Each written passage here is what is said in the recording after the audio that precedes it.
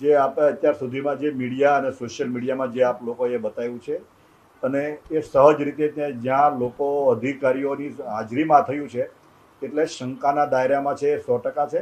અને એના જ માટે મેં સુરત મહાનગરપાલિકાની સંકલનજન મારો પ્રશ્ન ઉપસ્થિત કર્યો હતો કે આ કોણે અને કોની જગ્યામાં, પ્રાઇવેટ કે કોર્પોરેશન સરકારી કઈ જગ્યામાં થયું છે. અત્યારે કોર્પોરેશનના અધિકારીઓ જે પ્રકારે મને જવાબ આપ્યો છે, પરંતુ એ જવાબ સાચો જણાતો નથી.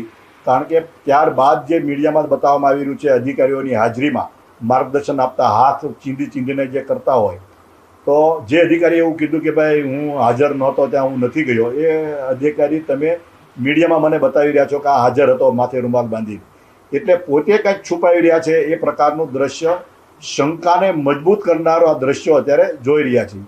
પણ આગળ કંઈક ને કંઈક આની તપાસ થઈ અને જે લોકોએ આ કૃત્ય કર્યું છે, ગેરરીતિ કરી છે, તો એની સામે કાર્યવાહી સરકાર કરશે. એ અત્યારે મારી પાસે માહિતી નથી. આ માહિતી જે લોકો કરનારા અધિકારીઓ છે એ જ બતાવી શકશે કે કોના દ્વારા, કોની સૂચનાથી, કોના દબાણથી. કોઈ પણ બિલ્ડર કે કોઈ એવો માથાભારે હોતો નથી કે એના કહેવાથી કોઈ કોર્પોરેશન દાબથી કોઈ ડિમોલિશન કરે. પરંતુ કાંઈક ને કાંઈક અધિકારીએ પોતાની કાંઈક લાલચમાં આવી ના કર્યું હોય એવું બની શકે.